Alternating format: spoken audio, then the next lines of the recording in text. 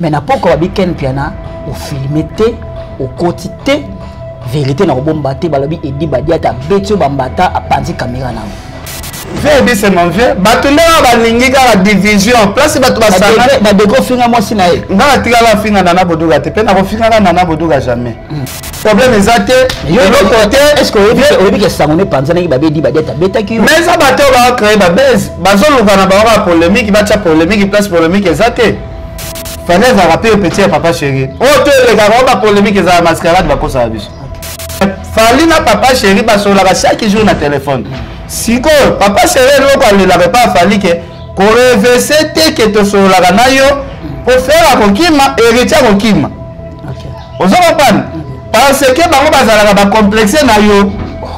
On a besoin artiste mboka yambina azu so papa mbalongo le voit pas ni bolongo lobela ngote. Azu so nani? Azu so ya papa Wemba. Wana papa Wemba so papa Wemba yembela kester ya azu so wana alongoli maloba ya bakisika asale lokwa malongata. Na lobiso wana papamba yoko fuya ngote ke ba propos te nisa ko engager kayo parce que yo to fumoli siko biso miso mais ça va papa yo bien très bien tenga yo ka nzembo wana no vérifiant. Est-ce que yebi ke yo za ramuta ba convocation pa pamba to mosolo mais ezali son ezawana son ezali artiste mboka a utiliser son ya bato ya papa Wemba biso moko to mona wana nzembo yembela King Kester. Osiko dossier Charlie Prince na Sarato la izandengeni. Ah, bazaba de dipo. Ah. Bami kombo somi ballet. Oh ya mwasi, oh ya mobali koto. Baba to Holanda te.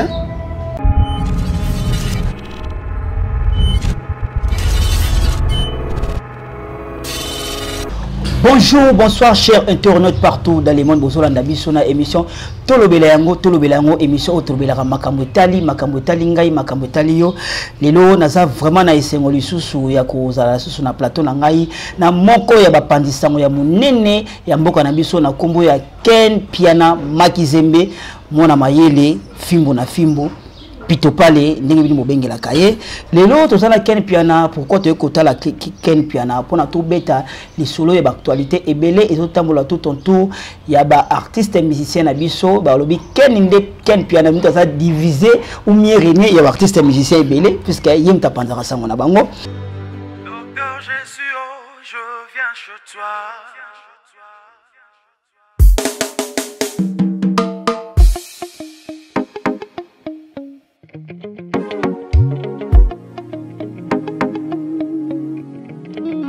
Docteur Jésus, oh, je viens chez toi.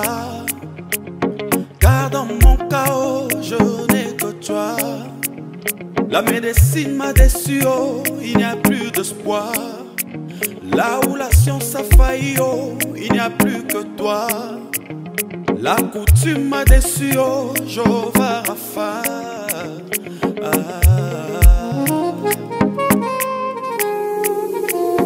Docteur Jésus, oh, je viens chez toi. Le médecin est fatigué, oh, il dit plus d'espoir. Et là où la science a failli, oh, il n'y a plus que toi. La coutume, le gris-gris, n'ont qu'empiré mon corps.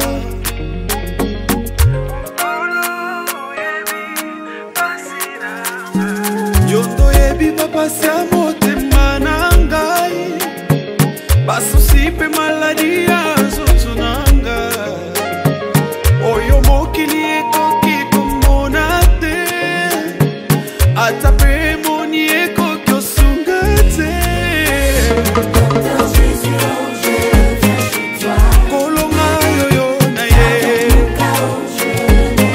Nakende lisusu wapi soki na yote.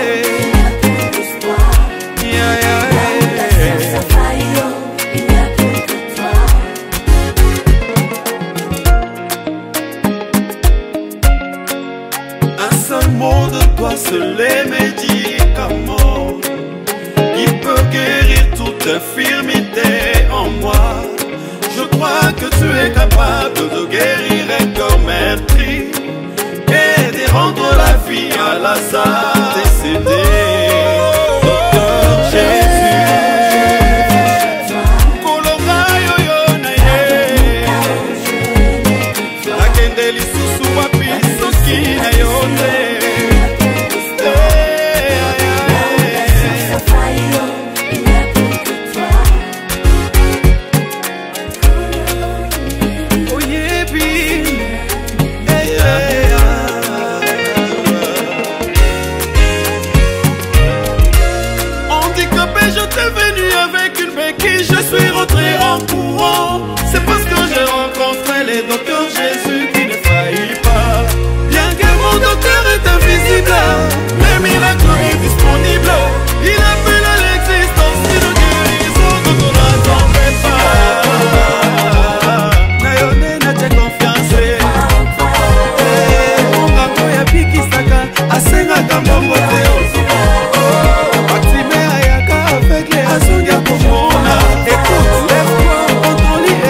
Puissance à Maloba Jésus. Et ça la planète il faut ma médecine aïe.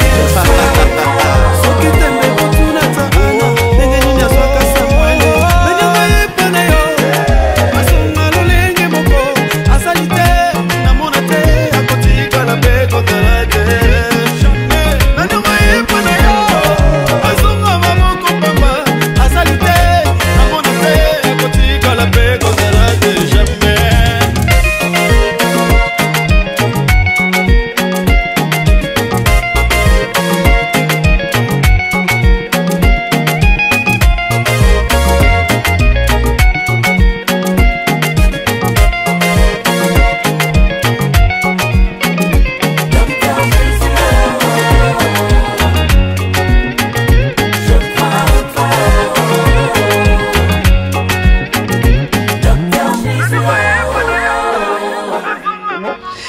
Quel piano Makizembe Fimbo na Fimbo, bonjour.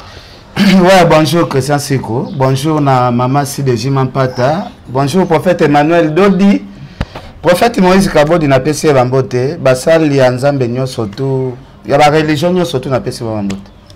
Très bien Ken Piana, émission na biso tolobela yango lelo et ko rendre visite. Pourquoi tu yeba secret ya Fimbo na Fimbo? Isakanini. Bon, secret Fimbo na Fimbo premièrement na neza idéologie hein. Eza idéologie eza koyeba ko meneka kaje. Omoni lelo na vie eloko ozo sala, okosa eloko mo boye bien mais faut koyeba ko pesa elengi ya likambo ozo sala. To mona rappel même na musique, on m'a artiste et musicien so ayemba ka danger, ba pe likolo danger. Mais voilà eso ya yebi ko lamba ko balisa ngona mélodie te. O mona musique neza la peine elengi te to. Na ko pesa ka exemple simple. To zuka papa wemba na Kofi Olomide. Kofi Olomide azana e chanteur ba likolo neti ba papa wemba te, mais papa wemba na Kofi différence na bango zalaki, Kofi azalaki na mwa maele ya musique makasi par rapport ya papa wemba na sens que Kofi azalaki ko bali savoir na ye na mélodie. A bali savoir na ya vane zo bala na ye pesa elengi moko boye mutu e ozo kanzembo ya Kofi ozo na ba cher de pour les autres bimona nzoto. Ozo comprendre. Donc musala nyonso tout. Oye bango danger te yeba ko pesa ngo ka goût. Na sens que bato batala kabiso po batalo du début à la fin faut émission et c'est pelisa mututi c'est pelisa muto nenga ok nango atazo finga yo mais azo nenga zape ote on comprendre donc c'est ça Très bien Ken Piana Makizembe, je pense que les téléspectateurs nous ya émission Tolo Belango oyo qui secret ya Fimbo na Fimbo pourquoi ils ont mataba abonné belé pourquoi sera boki vidéo na kara 3-4 ditons au moins maman 2000 vues. Ken Piana Makizembe Boni fallait poupa. Ouais, fallait aza bien, fallait star na biso aza bien. Lobi kutu na mona ki mange fallait asombi aigle moko ya or de aigle ana zo coûter a coûté cher.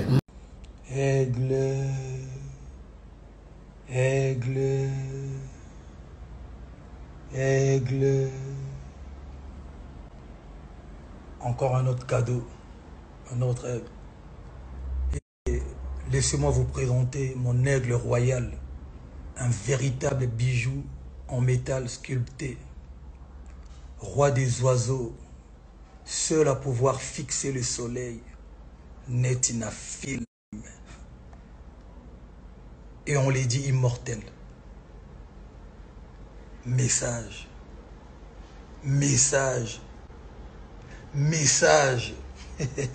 Alerte générale. Tenez-vous prêts. Torgos.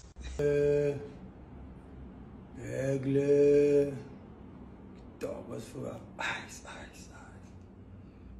Aigle. Encore un autre cadeau. Bazo coûté cher trop. Donc prix on fallait sommer aigle wana na ebite voiture nini we bimi ya sika marque nini na voiture za la prix. Quel la porte-parole a fallu bien. Non, na zo porte-parole na ye na so ba marambo nga na moni ba vérité nga na moni aigle fallait sombi. Eza aigle ya diamant, eza cher. siko eza na voiture moko te na minute eza na prix ka ya aigle ya simbi wana parce que lobi pa ko bateka ngo ba million siko dasoro mutalobeli aigle wana fallait simba qui est comme qui fanatisme.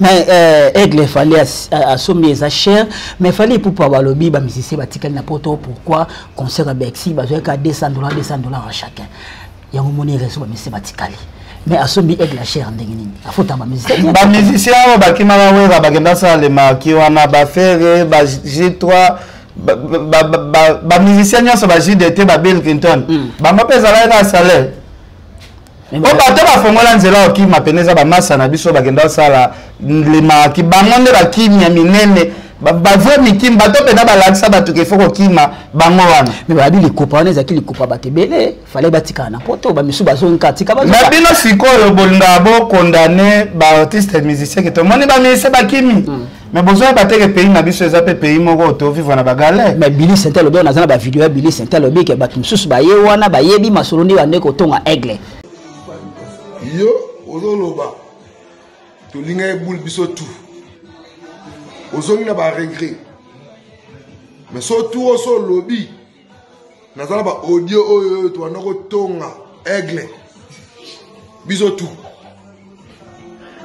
no wa yo biosonga songa na yo c'est pas grave une semaine 2 semaines okolela mais soko lobi su turo na siba omwa audio to wanda ko tonga biso tu na siba omwa audio to wanda ko tonga biso tu na ko tsango pena ka monika place na tingi boro e go bima fais gaffe Billy Saint aza master na biso a kitambo to zala teke ka po Billy Saint akimi atikali ngana ya na émission soit na finga master wana ezala pe sens moko te tandis que Billy Saint ngota na fingiye lobi na leka na vengo na kitambo na kuta na bana na ye mama bana na ye baleki ya Billy Saint c'est la famille donc Billy Saint je pense ce qui a ressorti la émission Yamabe contre aigle nga e comme ça na sens que ngana yo to abana kitambo to yebi éponge nini Billy Saint zala la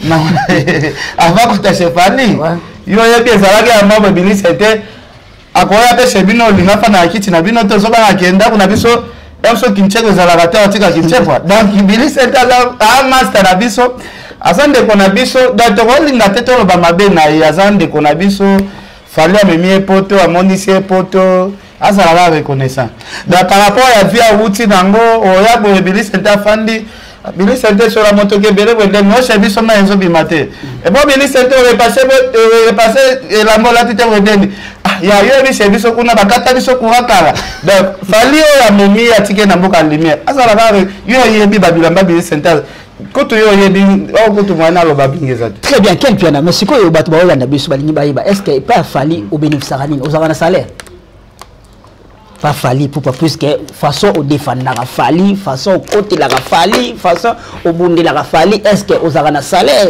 pas fali pour pas intérêt na yo ranine bon nga façon à côté la fali ce qui n'a pas intérêt na lo ba intérêt mo ezate na sens que na lo ba ra o fallait zo sala parce que na ya kateke da ndenge bato bazalo yembela maréchal Mobutu te lelo to kento matato kita eza époque ya fali poupa pona ni bolu ka bo forcer nature bozo ka bo forcer nature pourquoi eza da époque mo boye ba viera mbo bana wenge bazala ba numéro 1 to yebi lelo époque ya fali eza pe na ba époque mo boye biso to zala pété na ba internet ba masa na so ba mic lokamba ba simba ga internet na ba gaz mbisi bakongo mikili wana ezalaka basiti moko numéro 1 na mboko oyo sikoyo bongo babiso mpe bato mpe balobaka parmi basite ezokartone fimbu na miniti oyo mpe ezokartone da bato wana mpe ngai nafutaka bango moko ezaka ndenge moko nga mpe naolobela fali ke na miniti oyo moto aleki fali aza te fali aza na droit afutanga mbongo te po bato mpe bakumisaka fimbu na fimbu biso bato ya fimbu na fimbu topesaka bango eloko te mpo na nini bino kozelaka retour ke fali fo apesaka kende eloko. Mais quel piano, je pense que tout le monde qui joue à concert à chaque club, quel piano, au salaire qui émission pendant la journée, tu as la balance instrument, mais n'a pas encore quel piano, au filmé, au quotidien, vérité na robomba te balobi Edi Badiata betio bambata a panzi caméra na. Bon, en tout cas Christian de un batu faut ba bango ke nga azala kolosite nga azala présentateur naza caméraman ya site te naza monteur ya site te de un soki to yaki concert poto za image muto za image ane za ken vianate batu ba za image za ba caméraman ya film na film je pense que ba caméraman na film bazala ki wana basalaki musala na bango très bien mais il na podium na mataki podium babe Edi Badiata na mataki podium ti public ezoyemba okobomanga fere fali okobomanga fere siko ngaza kiapi nazaki likola podium. Est-ce que relation na Edi Badiata ezaka ndeni vie bi c'est mon vieux batunde ba balingi ka division place batu basanga ba de gros finga moi sina e nga tikala finga Nana Boduga te pe na ko finga Nana Boduga jamais nana pe na ponga na zwa courage ke na finga la Nana Boduga na zwa courage nana za na camarade na tolonga na misalo toyebana na nana si ma vie edité toyebana na Nana Boduga na bandenge na biso ya musala ya biso ki journaliste toyebana na nana kala vie dinanga problème ezate bato kaka balingi kaka koloba loba vie di yango c'est que comme si ko bato baluke la vie disco ba problème vie di yango ngana problème ezate de l'autre côté est-ce que oyebi ke sangone panza naki babe Edi Badiata betaki mais ça bato ba créer ba base bazoluka na ba polémique ba cha polémique place polémique ezate neti nga pe responsable bo vie di courage yango ya ozwana na beta na courage yango euta wapi akiti suppose que courage yango ekouta aigle aotala ka aigle pa lo rien courage yango ekouta wapi est-ce que na podium ozayi na courage yana ekouta wapi ya mutasala 4 jours na pota zonga ki courage wana ya makambo bolo beuta.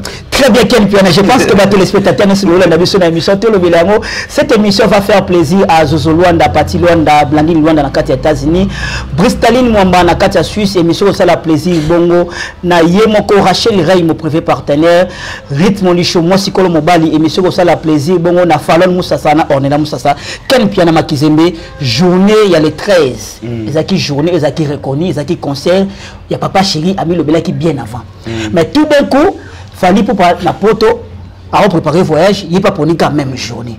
Balobi concert à Fali et katana qui 20h ba tout balongo na bango pas Fali ba qui concert à Jibem Piana. Bon, comment nécessité babi concert betami ba billet $50 était kamité pour côté VIP ba ça était car côté 5000 francs. Mais Jibem Piana plein. Christian na biso premièrement on a concert à Fali et le retonda qui na na bosso za ba VIP. Ba VIP yango kote de baodaki po batu basoma ba bien VIP balekaki ebele na VIP ane koma batu msu ya bakome ya hotelema batu ba na VIP to sombaki ba bibo tshaki billet cher faki botya ba nombre de billets limité bot sko bole bote baode batu bonde osoma na polémique ba kino ba linga ka ko tcha polémique ole ya ko ba vérité marambo salami batu ba linga polémique VIP kote de baodaki makasi botu na la honorable Zakai ba baswe botu na ya pacho panda botu na ikade yon bango bazalaki ti botu na bango bazalaki ba concert katana ki avant point non concert a falaki normalement et banda 20h et banda 15h et si la 17h donc tu vas comparer concert ya Fali na ya Papa Chéri te parce que ba tchaki date moko mais ba bi Fali na bango bazalaki te Fali tcheli Papa Chéri ba te Papa Chéri publicité ça qui bien il faut que ba tu ba bango bien que Fallait rappeler petit Papa Chéri. Oh, tu les gars, on va polémique za mascarade ba kosa biso. Ba kosa na bango biso et bi mara na ti polémique mais Fali na Papa Chéri ba so la chaque jour na téléphone. Siko Papa Chéri lo ko le l'avait pas Fali que ko reverser te que to so la na yo pour faire akokima héritier akokima. OK. Ozo pas parce que bango bazala ba complexé na yo. D'ailleurs so la na coulisse bango soki bayoki nga na solaka na yo comme yoza le king comme yoza makambo bango siko bakokima wana Papa Chéri mutalo bango abesaka chaque jour ke komeka te bayeba po bango babakaka yo ozolanda yo ba fanatique ya BCBG Papa Chéri mona nango yabi teke na héritier na ndeko aso fe babanga ya Fali makasi oh Makizimbo za makambo babanga ya Fali mabe bango na Fali neti demo moko ata bimise loko mo boy on a la bétika bango ba fo Très bien, Ken Piana. Je pense que Ken Piana semble les cas qui tout le monde a fallu pour pas très accueilli na kati ya bandal na fief na esika botama na sinkin ali asangisi ba mama nyo surtout yo poza ki na kati wana mais bazo kwa kizeka fali ki mobutu leki mingi fali kangila baninga na ye ntema alobisaka bango te baningo banyo kwa mwana bango entourage na acha batasika c'est dit ya kwa ba mama baleli ozaki na présent idée ya fali ndenge yozalaki wana izaki ndenge ni par rapport ya ndenge ba mama balelaki pour ba camarade na ye non en tout cas na loba batu aloba fali ki mobutu eleki ki mobutu fait le cas parce que niveau comme nango eza niveau il faut ki mobutu ezalaka na même première position bongo qui pas kako on se comprend donc il fallait pour pas me bengaka aigle bato so ba kansala aigle ana eza slogan moko boye qui fallait mi pesi aigle wana eza puissance mususu ya mystique eza puissance ok ceux qui vont comprendre dango vont comprendre que fali nandenga mi pesa kombo aigle donc eza makambo moko boye oyo eza ba puissance ok non ya ba dimension makambo o azo sala ese na ifo fali azalaka aigle wana kombo eza kombo moko boye te bozala ngo ka par hasard eza makambo oyo azo sala yango wana ye na kombo aigle aza nyama oyo awododa kia bombe likola nzete ozala na expliqué ofali aza na puissance oyo ke non n'importe que satane na ye azwi yo ake atie yo nanu kuna fanda likola nzete kuna ata pendant 10 ans oza reine papa mobutu abeta 32 ans de reine fali ndenge aza boye botikeleka na 34 ans parce que mobutu abakisele 2 ans siko mutasana na 10 ans kaka mais siko ba master na ye ba maman baleli na kombo na ye limbisa ba master na ye mais alimbisa ba master na ye yango fali asenga ka lobi même langage boyebi singa na limbisa ba master bokende pe boyebisa ba master na pe ba soigner langage bazala reconnaissant na mema bango poto bazalaki à chaque jour na bandal na bakwa poto ngai na lipa nali atana melama ebele po na se calme ngana memi ba place ba comme la mboge baya ba reconnaissante buki ozo basi na poto kuna boningi fali aba no sombela na ba bébé na mino bobota kuna ba papex tandis que baninga ba okende misala ba okata ba pongisa 4 ba okende misala po na ko lukandenga ba fife bino boningi fali aba ndako maintenant ezalaka te. Merci Ken Piana. Je pense que cette émission va faire plaisir à Maître Diedos Kumingu. Maître Diedos Ken Piana yo osara fanatique ya fimbo na fimbo Ken Piana. Wana bo frère na ngai ouais. Alelo mabe Maître Diedos Kumingu. Maître Diedos Kumingu. Kumingu. Motema Chantal Nsiko. Motema Chantal Nsiko. Yem ta partage ba lien. Ah Chantal Nsiko na peso bambote. Otekutana nani na tseki kombo nani? Christelle Mitoko. Ah, c'est bon, à Kota déjà. À Kota déjà, il y a en France. Quelqu'un m'a dit, regarde-moi faire rigola. Clip Kitoko, Kano. Mais il va critiquer clip qui a fallu pour pas ou sali à chou. Il fallait foutre un clip. Comment comparer clip où on a regarde-moi, na clip qui a chou et a fallu. Ce que là on est dans fali nzembe koza kitoko mais clip au monde a foutre un clip mais total regarde-moi il y a fait rigola balobi atondi si ba piano atondi si ba violon pourquoi qu'on est mande kona biso artiste amboka yambina azu so papa mbalongo le voit pas ni bolongo lobela ngote azu so nani azu so ya papa wemba papa wemba so papa wemba yembela kester ya azu so wana alongoli maloba ya bakisika asale lokwa malongata a foutu totalement. Un artiste musicien, aux autres, qu'on s'inspirer, même une nation, aux autres, sont à Moué. Il y a une minute, si je me papa, mais comme si c'était un morceau qui touche à mon bout. Quel pena, yo comme musicien té, yo comme instrumentiste té. Donc comment on ça analyse au bas son ya nzembo papa na nzembo nini? Mais nzembo ba blessure. Nzembo wa yembela king kester. Ah blessure. Ka so li bochete me bokendo luka nzembo o papa ba yembela kester. Bon mona ke même son ya mona ndeko na biso a exploiter. Soki o chetembe kende na cimetière na Nécropole, simba tamba papa mboka izo chauffer moto mabe. Oh, moi ce que azolele loko ne boyibi o mona tombe chauffera toujours moi yeso ko lo banzembo wana o elimi wana regarde moi za kitoko te za mabe nzule manana azolela côté kuna pe papa Mbappé sona ye kuna papa Mbappé azolela oh mais quel bien yo na fait rigola Vous avez un point particulier. Artiste ya mboka naza na problème na été za musique ya mboka na biso soki tomoni berere ezali omoni nzembo wana papa Wemba ayembaka yango mpona polémique te papa Wemba ayembaka nzembo wana na souci aolela moninga na ye Kester atiki biso akufi nzembo wana en tout cas papa Wemba pe liwa na ye ayoka mutu moko ayembi yango siko na ndenge ya polémique pe oleo zwakaka so ya bato ya papa Wemba oke koyiba so bateste azulema otie na kati ya so ya papa Wemba ozo bashoke o papa Wemba na minute soko simbi temba papa Wemba moto dana reche kosa motema papa Wemba. Merci cher internaute et merci à téléspectateurs et monsieur Tolo Bilango. Allez-y comprendre je on est pas la vérité. Maintenant na lobiso na papa Wemba yoko fuya ngote ke ba propos tenisa ko engager kayo parce que yom to fumoli siko biso miso. Mais ça va papa Wemba yo bien très bien. Tenga le ba nzembo wana na vérifiant.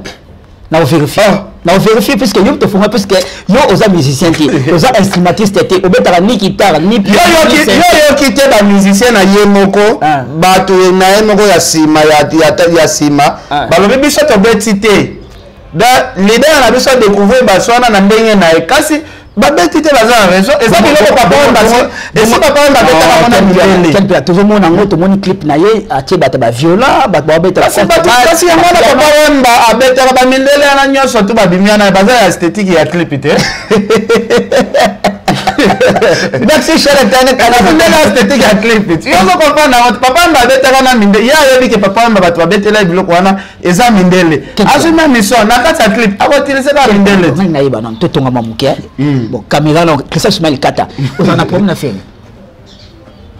artiste ya mboka osana problème na faire bato critiquer musique na biso ndenge to monela siko bino bolingi to lobe l'évolution musique te pour façon oyini la faire c'est comme si vous avez un problème particulier na parce que papa Wemba musique à faire ne soit pas papa Wemba bolingaka papa Wemba zala a déclaré sous son ndenge a déclaration na ye ba italien ba ibaka batia na publicité ya nini na chocolat quel pena que elle ba bafuta papa Wemba mongo belé est-ce que yebi que yo za ramonta la convocation par pamba tant que ezali son ezawana son ezali artiste mboka a utiliser son ya bato ya papa Wemba biso moko to mona yango na nzembo ayembela King Kester. Merci cher internaute, merci à téléspectateurs, merci à l'émission Tolo Belango. Je pense que l'émission ça la plaisir bongo na Sa Majesté Ado Djabir en direct de France. Émission ça la plaisir bongo na Bobongumi mon ami privé. Émission ça la plaisir na Chico Alcatel Semeli Moté na Clarisse Makasila. Émission ça la plaisir na Maître Christian Moussombe en direct de Suisse. Bovek Lianza na Kata Suisse. Émission ça la plaisir na Christopher Kanouka, Judith Larose Moté Maya Christopher, Fondation Christonde Makambo. Nous sommes vraiment arrivés à la fin. Question ya Souka Totika na Ken Piana. Ken Piana, bon ça on a problème ni on a Charlie Prince. Dossier Charlie Prince Saratola. Balobi yo motoza cause ya makamona ozo fondé ba histoire. Là lobi siko yo olingi question na route koselisa te. Bango ba fondé Ken Piana ba buka caméra na ye na concert a fallu tout ça bona bo. O mo atekeza ba faux histoire. Ba faux débat.